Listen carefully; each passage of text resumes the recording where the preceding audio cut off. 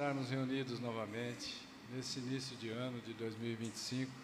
Júnior, depois você aumenta um pouquinho, por favor. Aqui eu tenho observado um crescimento, não só das atividades materiais, como esse palco maravilhoso que foi construído, mas um crescimento espiritual por parte de todos vocês. Eu não poderia deixar de falar isso para vocês, todos, trabalhadores e frequentadores da casa. Na verdade, eu tenho observado que de frequentadores vocês passaram a ser comprometidos com a casa, no trabalho. Isso é muito bom. Isso é ótimo que vocês estão fazendo nessa integração, nesse trabalho em conjunto, sob a regência dessa diretoria maravilhosa. E aqui eu cumprimento em nome do Júnior, Isaías Claro Júnior. Nesse início de 2025, desejamos a todos um feliz eu novo. Estranho, né? Feliz eu novo, que nós sejamos criaturas novas, cristãs, do amor aberto, da paz, da humildade, da caridade, da confiança em Deus. Em resumo, que nós sejamos dignos de tantas bênçãos que são derramadas sobre as nossas cabeças. Muita paz a todos neste ano. Continuando o estudo do Evangelho segundo o Espiritismo, já no capítulo 24, não coloqueis a candeia debaixo do alqueire, não é? Capítulo 24. Não criamos moral nova. Kardec cria simplesmente um desenvolvimento da moral cristã. Kardec desenvolve os evangelhos dos 4 evangelistas, Mateus, Marcos, Lucas e João. Kardec nos traz um Cristo fora da cruz. Isso é maravilhoso. Cristo fora da cruz. Um Cristo vivo que está presente, que acompanha os nossos pensamentos, que cultiva os nossos pensamentos como um jardineiro divino. Isso é maravilhoso. Essa doutrina é maravilhosa. Então, no Evangelho segundo o Espiritismo, capítulo 24, não coloqueis a candeia debaixo do alqueire, nós vamos ver esse item agora. Não procureis os gentios. Estranho que Jesus disse isso, mas ele disse isso. Não coloqueis ou não procureis os gentios. Vocês sabem por quê? Vamos ver juntos? Porque veja, para não colocar a candeia debaixo do alqueire, aqui está dizendo assim: não esconda o conhecimento. Em outras palavras, não esconda o conhecimento, por menor que ele seja. Se alguém lhe procurar, passe esse conhecimento. Aí você vê um item: não procureis os gentios. Vamos ver o sentido exato disso. O que é candeia? Uma luminária. Todas essas luzes que estão acesas aqui são candeias. Essa é uma candeia bem antiga. Coloca-se o óleo nela e aqui acende num pequeno pedacinho de barbante ou tecido. Essa também é uma candeia bem antiga, feita em barro. Uma candeia já acesa, desse mesmo modelo. Uma candeia também, um lampião. E o que é alqueire? Uma vasilha para medir volume, medidor de volume, que corresponde a 80 litros.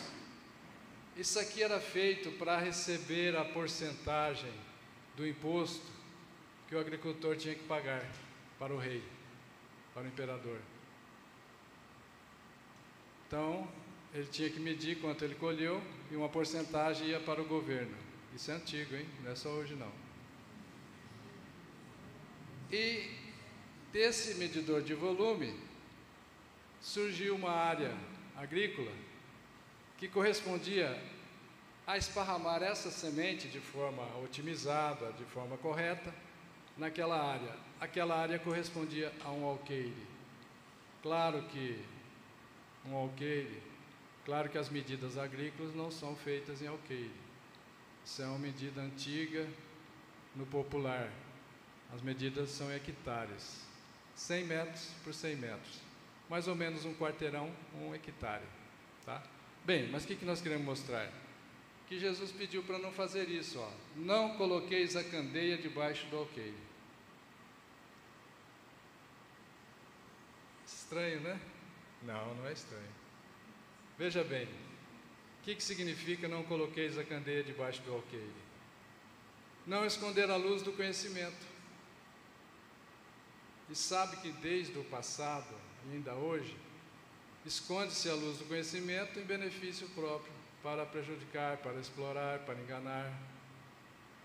Mas usar o conhecimento em benefício do próximo, para evitar doenças, para ele ter saúde, auxiliá-lo economicamente, auxiliar politicamente, orientar moralmente, ensinar a lei de amor,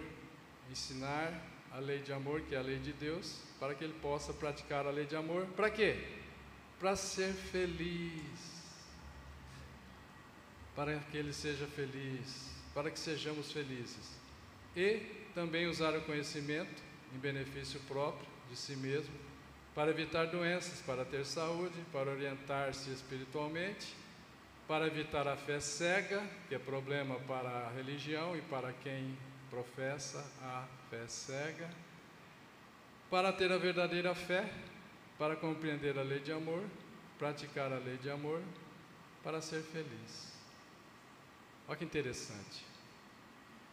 Conhecer o Evangelho e não praticá-lo também é colocar a candeia debaixo do alqueire, em prejuízo próprio. Conhecer o Evangelho e não praticá-lo também é esconder a luz do conhecimento. Então vamos entrar no item de hoje, que é não procureis os gentios. Para isso nós temos que descobrir quem são os gentios. Aqui nesse mapa está o mar Mediterrâneo. Essa região colorida é dos judeus. Aqui nessa cor bege é vizinhos. Mar da Galileia. Mar da Galileia aqui, Rio Jordão, Mar Morto, tudo bem? Então, aqui são as tribos de Israel. Aqui, olha, os hebreus eram 12 tribos, até 700 anos antes de Cristo. Depois, eles se dividiram, porque começaram a misturar coisas no Torá, na lei de Moisés. E então surgiram as divisões. Uma no sul, aqui, Benjamim, que era o local onde eles se reuniam, e Judá, por isso os judeus. E lá no norte tinha 9 tribos, Samaria 10, por isso samaritanos. Se você contar, 10, 11, 12. Elas se dividiram dessa forma. Se dividiram de forma tal que judeus e samaritanos tornaram-se inimigos. Por isso, naquele momento que Jesus pede aos apóstolos, precisam ir em Jerusalém, mas passando pela Samaria, os judeus eram inimigos dos samaritanos. Os samaritanos não deram acolhida, não deram hospedagem a Jesus e os apóstolos. Daí surge a parábola do bom samaritano. Não vou falar disso que não vai dar tempo agora. Mas, então, os dois inimigos. Então veja, nós já sabemos quem são os judeus, os samaritanos, e os gentios. A palavra gentil significava estrangeiros, não são de Israel. Também significava pagãos, aqueles pagãos que acreditavam em vários deuses, enquanto que Israel e as 12 tribos de Israel já acreditavam num Deus único, o monoteísmo trazido por Moisés. Então aqui, judeus, samaritanos e gentios. Denominação desses três povos, só para ficar claro para a gente: judeus, samaritanos e gentios. Aí vem essa fala de Jesus, né, que ele disse, e ele primeiro preparou os apóstolos para que fossem pregar o Evangelho. Jesus enviou seus 12 apóstolos, pode contar que aí tem 12, após lhe ter dado as seguintes instruções: não procureis os gentios e não entreis nas cidades dos samaritanos. Então daqui surgiu o título do item de hoje do nosso estudo: não procureis os gentios. Ainda não respondemos por que não procureis os gentios. Mas ide antes às ovelhas perdidas da casa de Israel. E nos lugares onde fordes, pregai dizendo que o reino de Deus, ou o reino dos céus, que é a mesma coisa, está próximo. Está lá em Mateus capítulo 10. Já perceberam alguma coisa? Por que Jesus mandou que eles não procurassem os gentios? Já percebeu, né? Os gentios eram os pagãos. Os gentios acreditavam em vários deuses. Israel acreditava num rei só, monoteísmo. Onde é mais fácil pregar o cristianismo, o reino de Deus? No ambiente onde já é monoteísmo, preparado por Moisés. E os apóstolos? Já eram mestres ou eram apenas discípulos, aprendizes do mestre Jesus? Nesse instante eles eram iniciantes. Eles eram iniciantes nessa pregação. Então, para facilitar o trabalho dos apóstolos, onde que deveria ser o início da pregação? Para os pagãos, para os gentios, samaritanos, ou para os judeus? E veja que não é privilégio ir à casa de Israel. Ide antes significa que depois você pode ir aos gentios, mas ide, vá antes às ovelhas perdidas da casa de Israel. Veja aqui que não é um privilégio. Novamente Jesus mostra que ele veio para os doentes. Os israelitas, a casa de Israel, essas ovelhas, como eles praticavam o ato exterior da purificação, eles se julgavam melhores do que os outros. Excitava o orgulho. Eles não estavam nesse nível que pretendiam estar. Eles não eram tudo isso. Percebem? Então, eles não são privilegiados, na verdade, eles estavam doentes.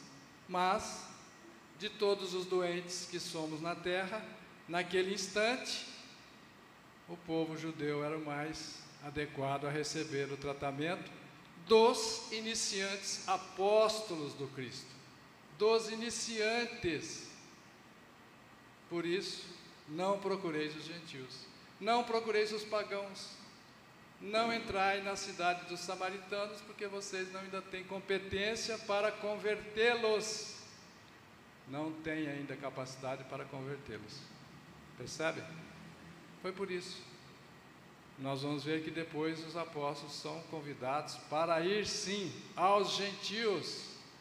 Tanto é que Paulo de Tarso ganha esse apelido, o apóstolo dos gentios, né? Então vamos para frente que vai ficar mais fácil.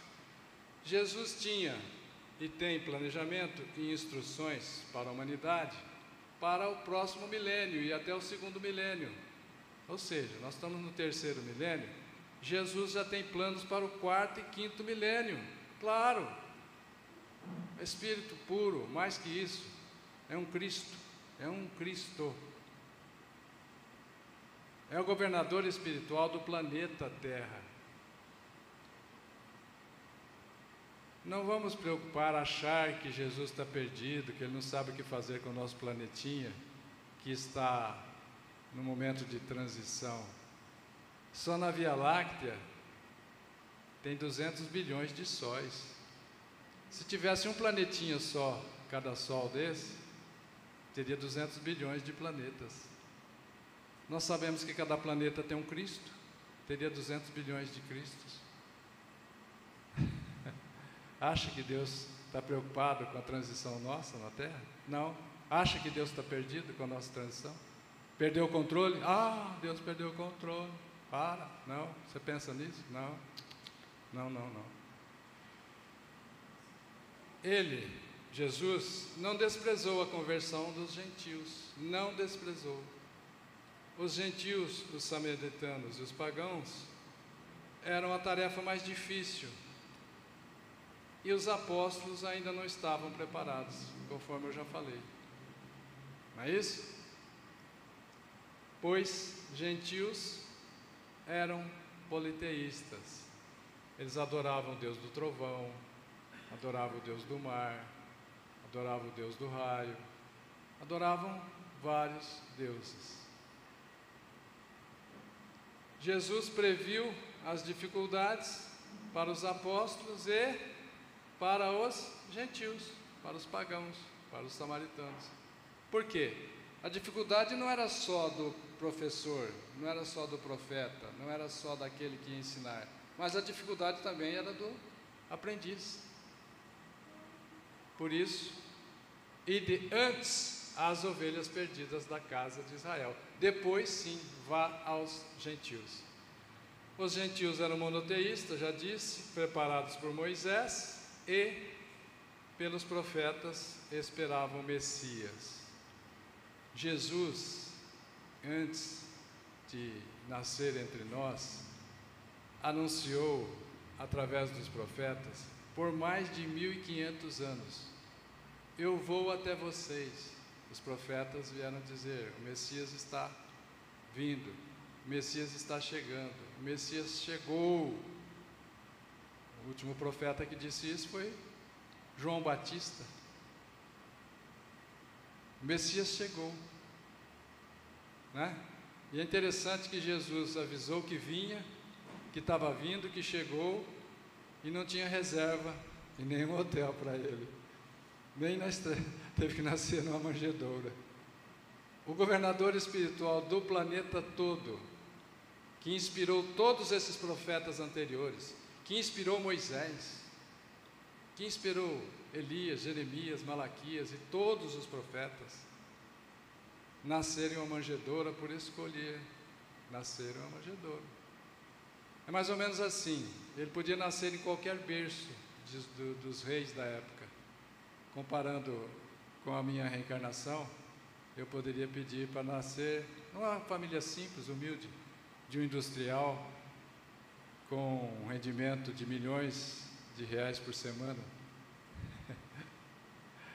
Mas o meu orientador espiritual disse assim: não, João, toda vez que você nasceu rico, você fez mau uso, você entrou em queda moral.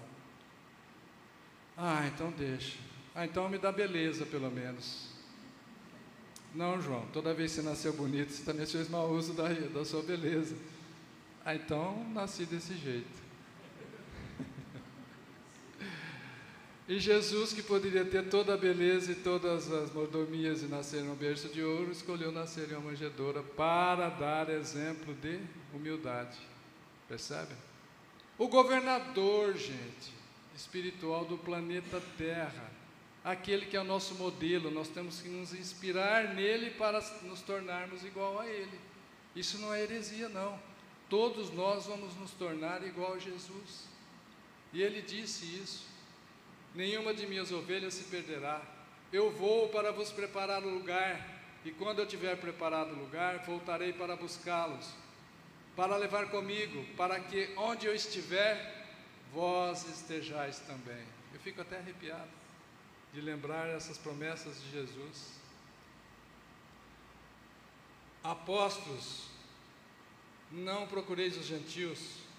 Depois os apóstolos foram ao centro do paganismo. Está lá em Atos dos Apóstolos, capítulo 10, capítulo 11 também, a revelação a Pedro, Simão Pedro, ir aos gentios. Está lá. Veja que antes fosse as ovelhas desgarradas de Israel, mas depois vem a revelação para Pedro ir aos gentios. Posteriormente, Jesus diz a Paulo, Jesus que apareceu algumas vezes para Paulo de Tarso, disse: ide aos gentios, e Paulo se torna o apóstolo dos gentios. Não é isso? Está claro, não está? Que bom. Ovelhas perdidas da casa de Israel, vaidosos e exclusivistas, não eram privilegiados, eram doentes. Ovelhas perdidas e não privilegiados, antes semear em terreno já desbravado, antes atenderam com urgência o mais necessitado.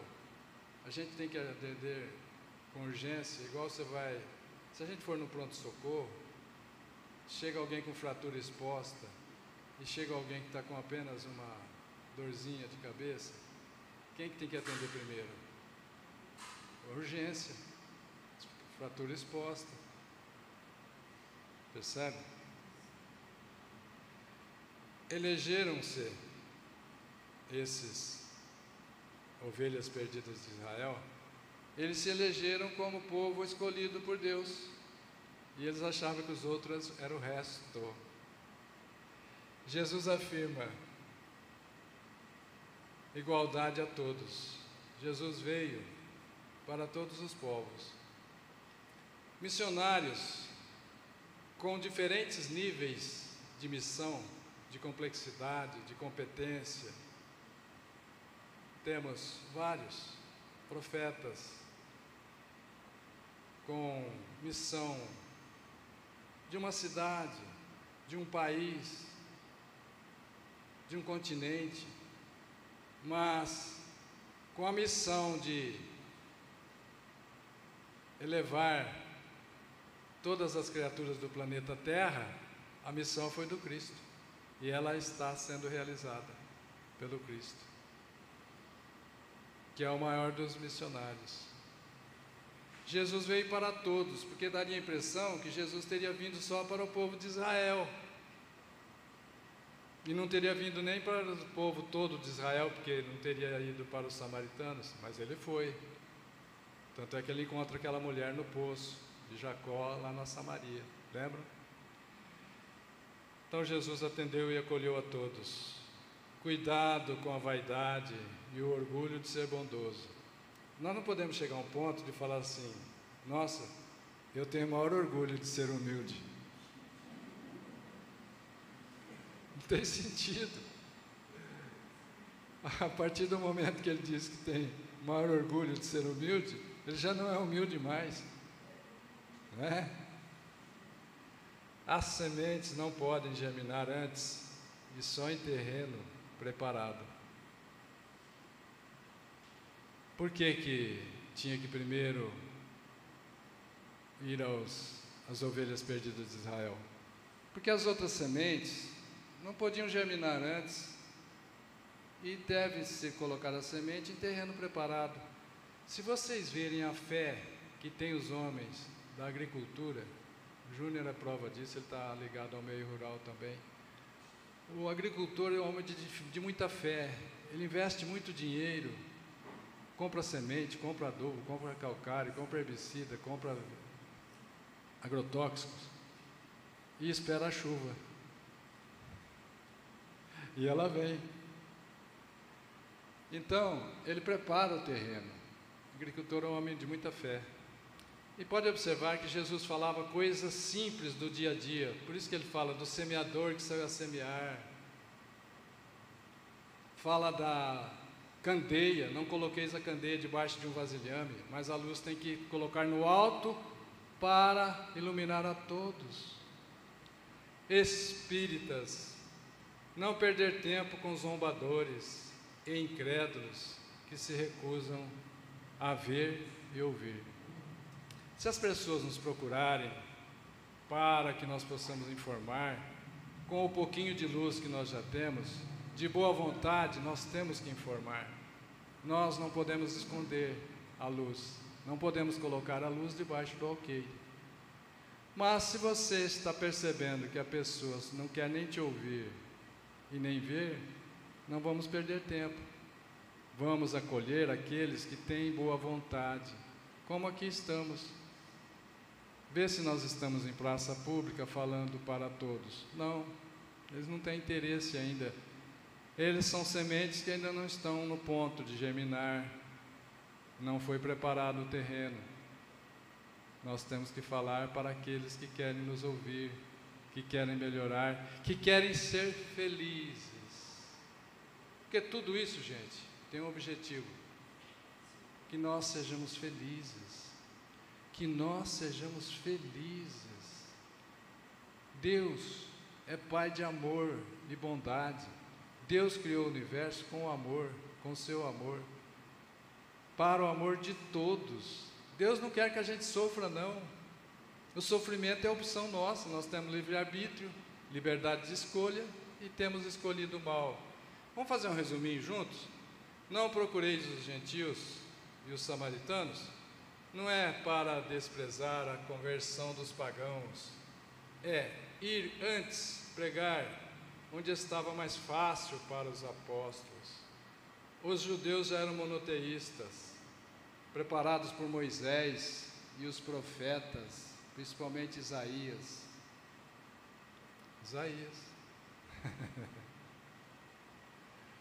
Depois, pregaram no centro do paganismo, em Roma, centro do paganismo, Roma, onde ficava o imperador César. Espíritas, não perder tempo com zombadores e incrédulos que querem se recusar ou que se recusam a ver e ouvir. Repetiu, né? Bom. Não teimar com outras religiões. Não vamos tentar convencer as outras religiões. É mais ou menos assim, olha. Cada um tem uma tábua de salvação e estamos no oceano, caminhando para a praia, nadando para a praia. Cada um tem a sua tábua de salvação. Se você oferece um jet ski para ele deixar a tábua de salvação, é possível que ele não saiba ligar o jet ski e não vai se salvar. Está percebendo a comparação? Então, não tire a tábua de salvação de ninguém. Não tire a crença dos outros na religião que eles têm, porque isso é consequência grave para quem faz isso. Porque ele não tem capacidade para usar o jet ski, você tirou a tábua de salvação e ele vai naufragar. E somos culpados, viu? Então nada de ficar tentando converter o vizinho, convencer o vizinho. Porque nós não convertemos, nós normalmente convencemos apenas. Converter é mais, né? Converter é para o Cristo. Ajudar primeiro os de boa vontade, que é o germe da fé. Mais vale abrir os olhos a 100 cegos que desejam ver, do que um só cego que prefere as trevas. Aqui é interessante, né? Porque a comparação também é lógica, né? Mais vale abrir os olhos de 100 cegos do que de um só, né?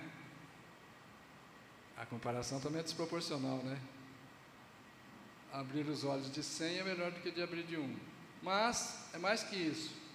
Mas vale abrir os olhos a 100 cegos que querem ver, do que abrir os olhos de um só cego que prefere as trevas. Ele prefere as trevas. o pior dos cegos é aquele que não quer ver.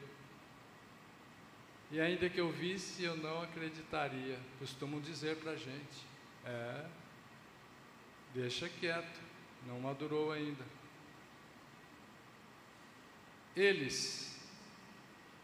Essas pessoas resistem por orgulho, quanto mais se parece dar valor à sua conversão. Se você for lá tentar convencer uma pessoa de outra religião, eles vão ficar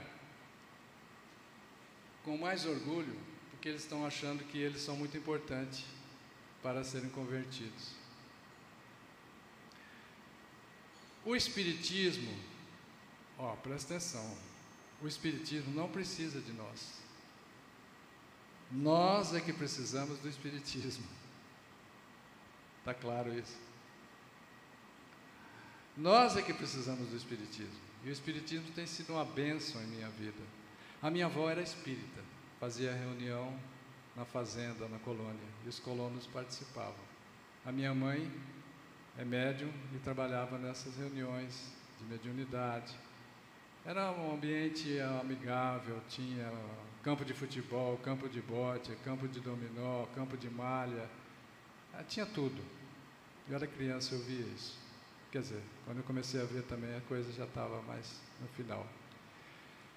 E depois eu nasci no berço da minha mãe, que também é espírita. Minha mãe está com 95 anos. Ela está com a cabeça lúcida, ainda faz a prece de cartas, que eu ainda não decorei. Ela faz de ponta a ponta. Então eu tenho tudo a agradecer a minha vida inteira pelo Espiritismo. É uma bênção em minha vida. Eu conheci outras religiões, até foi por interesse em namorar uma menina que era católica, então a gente ia lá, mas não deu certo, né? A religião espírita é uma bênção em nossas vidas. Ocorre com as ideias o mesmo que ocorre com as sementes. A semente não tem que estar na época certa para colocar no solo? Tem. Você não pode plantar qualquer cultura fora da época dela. Então, com as ideias também, e com as pessoas também, elas não estão maduras para novas ideias. A nova luz já não é privilégio de nenhuma nação. A nova luz é o Espiritismo, a boa nova é o Espiritismo, o Consolador. A luz está em todos os lugares e todos os homens são irmãos. A luz se espalhou na terra toda, através dos espíritos que vieram como estrelas cadentes, trazerem consolo, paz, informações. O cristianismo triunfou sobre o paganismo, o cristianismo triunfou sobre os pagãos. O espiritismo triunfará sobre os gentios modernos. Os gentios modernos não é um povo mais, é uma ideia. São chegados tempos em que todas as coisas devem ser restabelecidas em seu verdadeiro sentido, para dissipar as trevas, confundir os orgulhosos e glorificar os justos. Sabe onde está essa frase, né? No início do Evangelho segundo o Espiritismo, lá no prefácio. São chegados tempos em que todas as coisas devem ser restabelecidas em seu verdadeiro sentido, para dissipar, tirar as trevas, confundir os orgulhosos e glorificar os justos.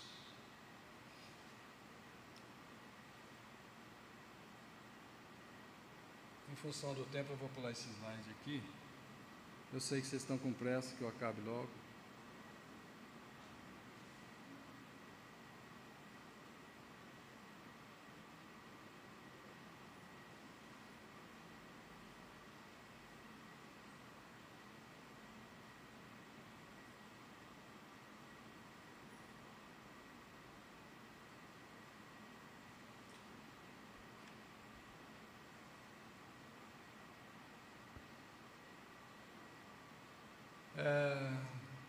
O Espiritismo encontrou muita resistência quando surgiu através de Allan Kardec, e encontra resistências e preconceitos até hoje. E o Espiritismo vem para aqueles que querem ouvir. O Espiritismo vem para aqueles que têm olhos de ver, ouvidos de ouvir. O Espiritismo vem para aqueles que querem compreender. Conheça a verdade, e a verdade nos libertará. Estou dizendo isso para aproveitar a oportunidade de dizer de uma obra que eu estudo desde 1975, ou 4 talvez, 50 anos, né? 50 anos. E eu tenho trazido essa obra no meio espírita, eu justifico por quê? Porque o Espiritismo é a religião que está mais próxima de compreender esta obra de Pietro Ubaldi. Pietro Ubaldi. Porque o Espiritismo é uma doutrina reencarnacionista, é uma doutrina evolucionista. Então, eu digo isso porque eu sei que em algumas casas de orações o pessoal ainda não compreendeu a obra de Pietro Ubaldi. São mais de 10.000 páginas, são 24 volumes. Por que eu não levo isso para as outras religiões X, Y, Z? São várias religiões, não são? Porque eles ainda não estão maduros para compreender Pietro Ubaldi. Eu trago, às vezes, para os espíritas, de coração meu, de boa vontade minha, com o meu amor, porque eu sei que o Espiritismo está mais próximo de compreendê-la. Essa obra aqui, ó, de Pietro Ubaldi. Pietro Ubaldi, um italiano, nascido em Foligno, próximo a Assis, um franciscano que doou 300 milhões de reais, o dinheiro de hoje, para tornar-se um franciscano sem dinheiro. Aqui estão alguns volumes da sua obra, de 24 volumes. As Grandes Mensagens. Este livro, As Grandes Mensagens, tem uma mensagem que chama Mensagem do Perdão, dado no dia 2 de agosto de 1932 ou 33. Quem ler essa mensagem vai ter certeza, se ler sem preconceito, de que ela foi ditada por Jesus. Mensagem do Perdão. Esse segundo volume, A Grande Síntese, faz um resumo do universo. Esse volume, Deus e o Universo, trata, num conjunto, numa síntese, sobre o universo todo com Deus, o sistema, queda e salvação, e o último volume, Cristo. São 24 volumes. Só estou trazendo isso porque eu estou aproveitando que o Dalmo está gravando, e eu sei que algumas casas de orações têm dificuldade de compreender a obra. E o Espiritismo tem sido procurado por mim e por outros companheiros. Por quê? Porque é a religião que está mais próxima de compreender esta obra. Muita paz a todos. Muito obrigado.